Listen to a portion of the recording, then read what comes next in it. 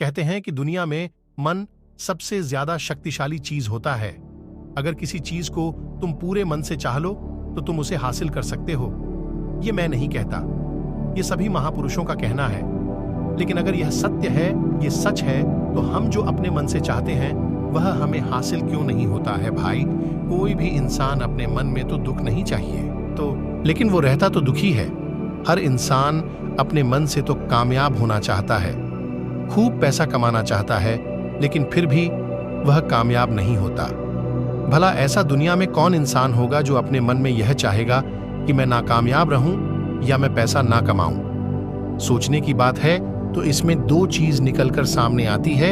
या तो वह महापुरुष गलत थे जिन्होंने यह बात बोली कि मन से चाहे हुई चीज हासिल हो जाती है, या फिर हम गलत हैं। आज की पोस्ट में मैं जो कहानी बताने वाला हूं उसमें आपको एक ऐसा मंत्र मिलेगा।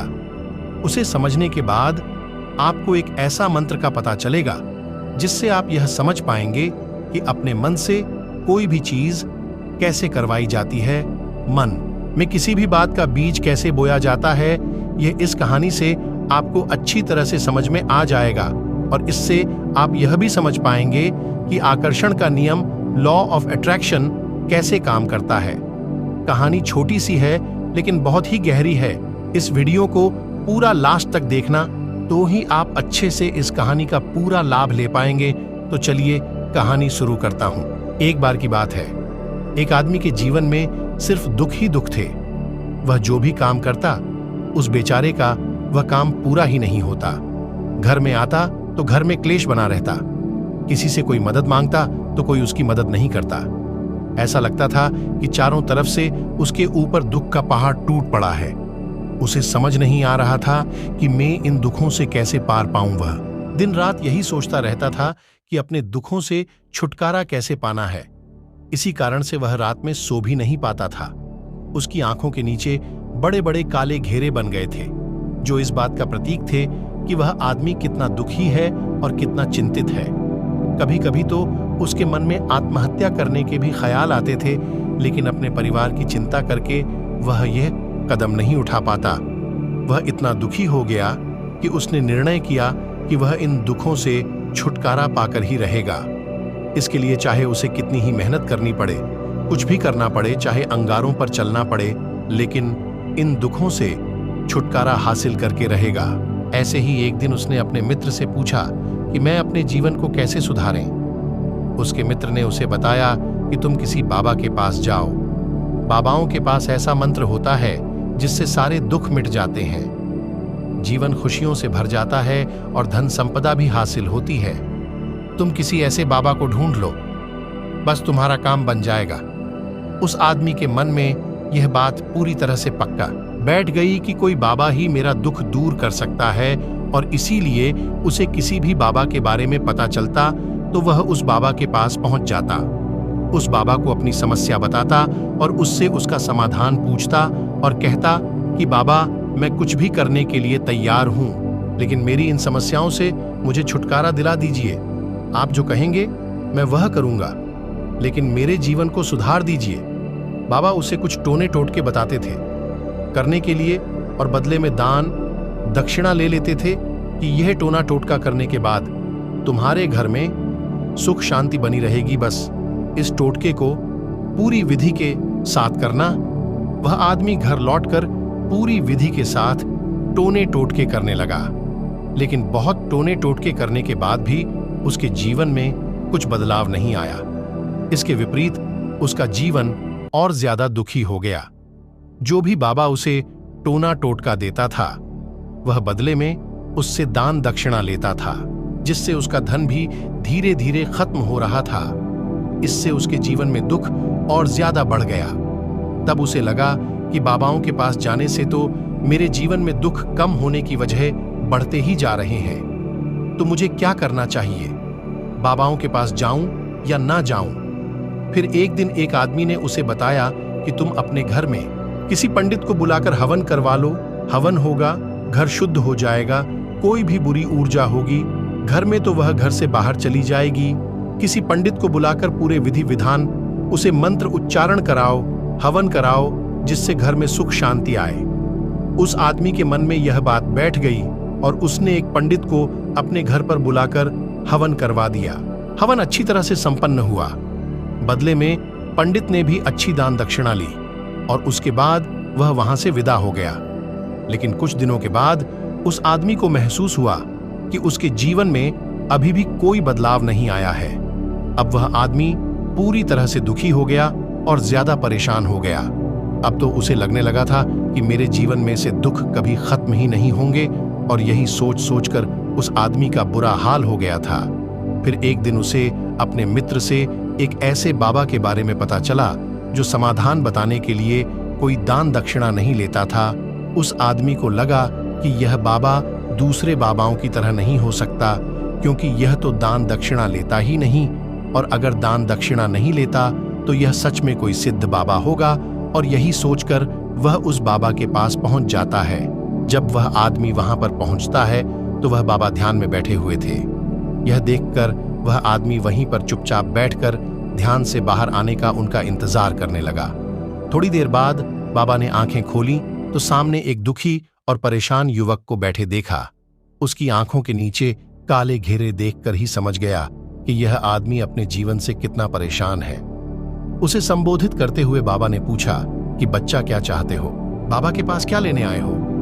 उस आदमी ने कहा कि बाबा, मैं अपने जीवन से बहुत परेशान हूं। मैंने इन दुखों को दूर करने के लिए बहुत सारे रास्ते अपनाए, हर वो तरकीब करके देखें जो किसी बाबा ने मुझे बताई, हर वो काम किया जो कोई भी इंसान ने मुझसे करने को कहा, लेकिन मेरे जीवन में दुखों में कोई कमी नहीं आई बाबा।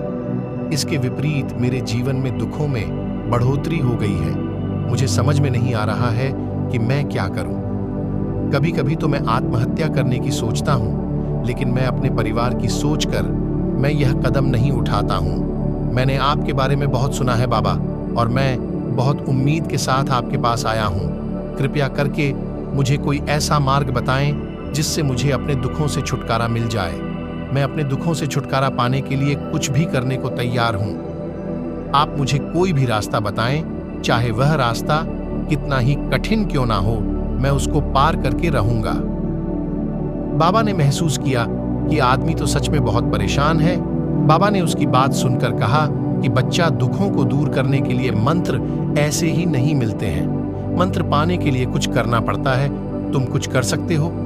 यह सुनकर पहले तो उस आदमी ने सोचा कि यह बाबा भी मुझसे दान दक्षिणा मांगेंगे, लेकिन और कोई रास्ता ना पाकर उस आदमी ने कहा, बाबा, आपको जितना भी दान दक्षिणा चाहिए मैं देने के लिए तैयार हूं, लेकिन आपका मंत्र सच्चा होना चाहिए, वह पूरा होना चाहिए, उसका फल मुझे मिलना चाहिए।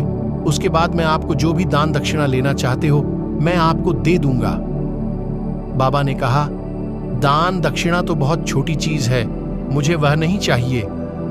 इस पर वो आदमी सोच विचार करके बोला, तो बाबा, मैं अंगारों पर भी चलने के लिए तैयार हूं, आप मुझे बस आज्ञा दीजिए। बाबा ने कहा कि अंगारों पर चलने वाली छोटी चीज में तुमसे नहीं कराने वाला हूं। मैं जो तुमसे कराने वाला हूं वह बहुत कठिन मंत्र है, उसे पूरा कर पाओगे? उसने कहा, बाबा, आप मुझे बताइए तो सही, मुझे करना क्या होगा? मैं कुछ भी करने के लिए तैयार हूं। इस पर बाबा ने उसे कहा कि यहां से जब तुम अपने घर जाओ तो रास्ते में अपने मन में यह दोहराते जाना कि मैं सुखी हूं, मैं सुखी हूं। बार बार अपने मन में यही दोहराना, और याद रहे जुबान पर यह नहीं आना चाहिए, यह सिर्फ मन में दोहराना है। यह सुनकर वो आदमी बोला, बाबा, बस इतनी सी बात, ये तो मैं चुटकी बजाते कर लूंगा, लेकिन इससे होगा क्या? बाबा बोले कि इस मंत्र को करके तो देखो, वैसे भी तुमने इतने बाबाओं के मंत्र किए हैं, तो इस मंत्र को भी करके देख लो। उस आदमी ने सोचा कि बाबा कुछ दान दक्षिणा तो ले नहीं रहे हैं, और छोटा सा मंत्र है, इसे तो मैं कर ही लूंगा। वो बोला, ठीक है बाबा, मैं यह मंत्र जरूर करूंगा। और वो आदमी यह कहकर वहां से चलने लगा। लेकिन जैसे ही वह चलने लगा, पीछे से बाबा ने बोला कि बच्चा, एक बात याद रखना, जब तुम यह मंत्र अपने मन में दोहराना तो तुम्हारे मन में बंदर के विचार नहीं आने चाहिए, बंदर का ख्याल भी नहीं आना चाहिए, तो ही यह मंत्र सिद्ध होगा।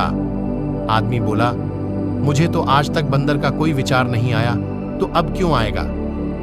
आप चिंता मत करिए बाबा, मैं बस मन में यही दोहराऊंगा कि मैं सुखी हूं, मैं सुखी हूं, इसके अलावा बंदर का कोई भी विचार मेरे मन में नहीं आएगा। ये कहकर वह आदमी वहां से चल देता है। वह अपने मन में मैं सुखी हूं, मैं सुख ही हूं, ये दोहराता हुआ थोड़ी दूर ही चला था कि उसके मन में अचानक बंदर का ख्याल आ गया। बंदर का ख्याल एक बार आया और चला भी गया, लेकिन उस आदमी ने सोचा, आज तक तो मुझे बंदर का कोई भी विचार नहीं आया, यह आज बंदर का विचार क्यों आ गया? और ऐसे करके उसने उस बंदर के विचार को पकड़ लिया और यह भूल गया कि मुझे क्या मंत्र दोहराना है, और वह बंदर के बारे में सोचने लगा। जब थोड़ी देर बाद फिर से उसे होश आया तो वह फिर से अपना वही मंत्र दोहराने लगा जो बाबा ने उसे बताया था। मैं सुखी हूं, मैं सुखी हूं। लेकिन अचानक से उसे एक बंदर दिखाई दिया और यह देखकर फिर से उसके मन में बंदर का विचार उठ गया, और यह देखकर वह इस विचार को बाहर फेंकना चाहता था, और वह चाहता था कि मेरे अंदर किसी तरह से बंदर का विचार ना आए, लेकिन उसे तो सामने बंदर ही दिखाई दिया। ऐसे ही जद्दोजहद करते करते घर पर पहुंचा, और घर पर पहुंचने के बाद अपनी पत्नी को कहा कि हे बंदरिया, मुझे खाने में बंदर परोस दो। और जब उसे एहसास हुआ कि उसने क्या बोल दिया तो वह अपने बाल नोचने लगा और दीवारों में सर मारने लगा कि आज तक मुझे बंदर का कोई भी विचार नहीं आया, और आज मुझे यह क्या हो गया है कि मुझे हर जगह बंदर ही बंदर नजर आ रहे हैं। यह कैसी माया है? यही सोच सोच कर वह आदमी रात भर सो नहीं पाया। रात भर करवटें बदलते रहा और सुबह उठकर सीधे उसी बाबा के पास पहुंच गया और उसके चरणों में गिरकर कहा कि बाबा, पता नहीं क्या चमत्कार हो रहा है, आज तक मुझे बंदर का कोई विचार नहीं आया, लेकिन कल से जब से आपने मुझसे कहा कि बंदर का विचार नहीं आना चाहिए, तब से मुझे हर जगह बंदर ही बंदर नजर आ रहे हैं। उस आदमी ने कहा कि बाबा, मुझे तो आपके पीछे पेड़ पर बैठा बंदर केले खाते हुए दिखाई दे रहा है। ये हो क्या रहा है बाबा? ये सुनकर बाबा हंसने लगे। हाँ हाँ हाँ हाँ, बच्चा, मन का जाल एक ऐसा जाल है जिसे समझ पाना इतना आसान नहीं है। बंदर तो तुम्हारे रास्ते में पहले भी आते थे। जब तुम मेरे पास आए थे तो इन्हीं पेड़ों पर ये बंदर घूम रहे थे, लेकिन तब तुम्हारे ध्यान में यह बंदर नहीं था। तब तुम्हारे ध्यान में सिर्फ दुख थे। इसके बाद बाबा ने उसे बताया कि बच्चा, हम जिस चीज से भी दूर भागना चाहते हैं वही चीज हमारे मन में बहुत गहरे में प्रविष्ट हो जाती है और हमारे अंतर्मन में समा जाती है। असल में हम जिस चीज से छुटकारा पाना चाहते हैं उससे छुटकारा इसीलिए पाना चाहते हैं कि वह हमारे साथ बहुत गहरे से जुड़ी हुई है, और हम जितना ही उससे छुटकारा पाना चाहते हैं वह उतनी ही गहरी हमारे मन में बैठती चली जाती है और आखिरकार हमारे अंतर्मन में छा जाती है। ऊपर से तो हम चाहते हैं सुखी होना, कि मैं सुखी हूं, सुखी हूं। हमारे होंठ भी यही बोलते रहते हैं, लेकिन हमारे मन में दुख समाये होते हैं। हमारे विचारों में हमारे मन में दुख ही दुख दिखाई देते हैं। इसीलिए अपनी जुबान से बार बार यह बोलने से कि मैं सुखी हूं, मैं सुखी हूं, हम सुखी नहीं होंगे जब तक यह मंत्र हमारे अंतर्मन में प्रविष्ट नहीं होगा। इस पर उस आदमी ने पूछा कि बाबा, लेकिन यह मंत्र हमारे अंतर्मन में प्रविष्ट कैसे होगा? यह सुनकर बाबा ने कहा कि बच्चा, अपने दुखों से लड़ना बंद कर दो। जब तक तुम अपने दुखों को दूर करने की सोचते रहोगे तब तक वो दुख तुमसे चिपके रहेंगे, तब तक वो दुख तुम्हारे अंतर्मन पर अपना राज बनाए बैठे रहेंगे। और जिस दिन तुम उन दुखों के बारे में सोचना ही छोड़ दोगे, उन दुखों से छुटकारा ही नहीं पाना चाहोगे, उसी दिन से तुम्हारी जिंदगी से दुख गायब हो जाएंगे। क्योंकि किसी भी चीज से छुटकारा पाने के लिए हमें उस चीज के बारे में सोचना पड़ता है, और हम जितना ही उस चीज के बारे में सोचते हैं वह उतनी ही गहरी हमारे मन में प्रविष्ट होती चली जाती है। हम अधिकतर समय दुखों के बारे में ही सोचते हैं। हम यही सोचते हैं कि हमारे जीवन में दुख है और हमें इससे छुटकारा पाना है। इसी वजह से बार बार सोचने से वो दुख हमारे अंतर्मन में प्रविष्ट हो जाते हैं और हमें एहसास भी नहीं होता। इसीलिए अगर तुम दुखों से छुटकारा पाना चाहते हो तो दुखों से छुटकारा पाने के बारे में सोचना छोड़ दो, तुम्हें दुखों से छुटकारा मिल जाएगा। अक्सर आदमी धूम्रपान छोड़ना चाहता है, शराब छोड़ना चाहता है, सुबह अपने आप से ये वादा करता है कि मैं कोई भी गलत काम नहीं करूंगा, लेकिन शाम को जब लौटता है तो नशे में चूर होकर लौटता है। ऐसा क्यों होता है? जो हम सोच रहे हैं वह पूरा कर ही नहीं पा रहे हैं। असल में हम उस चीज को बहुत ज्यादा तवज्जो दे रहे हैं, उस चीज को बहुत ज्यादा अहमियत दे रहे हैं। जब भी हम उस चीज को छोड़ने के बारे में सोचते हैं तो हम उसकी इम्पोर्टेंस यानी कि विशेषता और ज्यादा बढ़ा देते हैं। हमारा मन उस चीज के बारे में जितना ज्यादा सोचेगा, शराब या धूम्रपान छोड़ने के बारे में जितना ज्यादा सोचेगा, हमारा मन उतना ही उस चीज के पीछे ज्यादा भागेगा। हमें उस चीज से लड़ना नहीं है, बल्कि बिना सोचे गुजर जाना है। और अगर हम इस मंत्र को समझ लेते हैं तो हम अपने जीवन में जो भी पाना चाहते हैं उसे अपने अंतर्मन में डाल सकते हैं, और एक बार वो लक्ष्य हमारे अंतर्मन में बैठ जाता है तो फिर सफलता पाने में कोई समस्या नहीं आती, कोई दिक्कत नहीं आती। तो दोस्तों, कैसी लगी आपको ये कहानी? अगर अच्छी लगी है तो लाइक करें और हमारे channel inspiring your soul को जरूर सब्सक्राइब करें। तो मिलते हैं ऐसी ही अगले इंटरेस्टिंग वीडियो में, तब तक के लिए धन्यवाद।